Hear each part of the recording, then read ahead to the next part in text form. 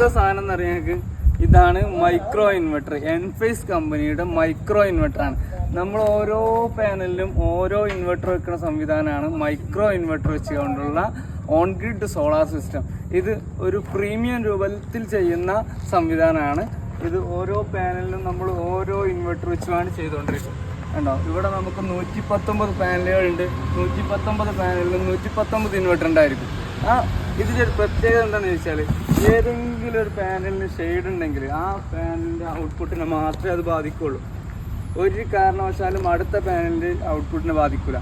അതായത് string inverter ആകുമ്പോൾ number of panels 7, 8, 9 ഒക്കെ സ്ട്രിങ്ങിൽ ഒരു പാനലുകൾ ഉണ്ടാകുമ്പോൾ ഒരു പാനലിൻ്റെ ഔട്ട്പുട്ടിന് ഒരു പാനലിൻ്റെ ഷെയ്ഡ് വന്നാൽ ബാക്കി പാനലുകളെല്ലാം അതിൻ്റെ ഔട്ട്പുട്ടിനെ ബാധിക്കും. പക്ഷേ ഇതിൽ ഒരു പാനലിന് ഒരു ഇൻവെർട്ടറാണ്, അടുത്ത പാനലിന് വേറൊരു ഇൻവെർട്ടറാണ്. അതിൻ്റെ പ്രത്യേകത എന്താ വെച്ചാൽ, ഓരോ പാനലിനും നമുക്ക് അതിൻ്റെ വാട്ട്സ് എത്രയാണ്, ഒരു ദിവസം ഇതിന് എത്ര ഔട്ട്പുട്ട് കിട്ടിയെന്ന് വരെ കറക്റ്റായിട്ട് അറിയാൻ കഴിയും. അതാണ് മൈക്രോ ഇൻവെർട്ടർ വെച്ചാലുള്ള പ്രത്യേകത. Okay, thank you.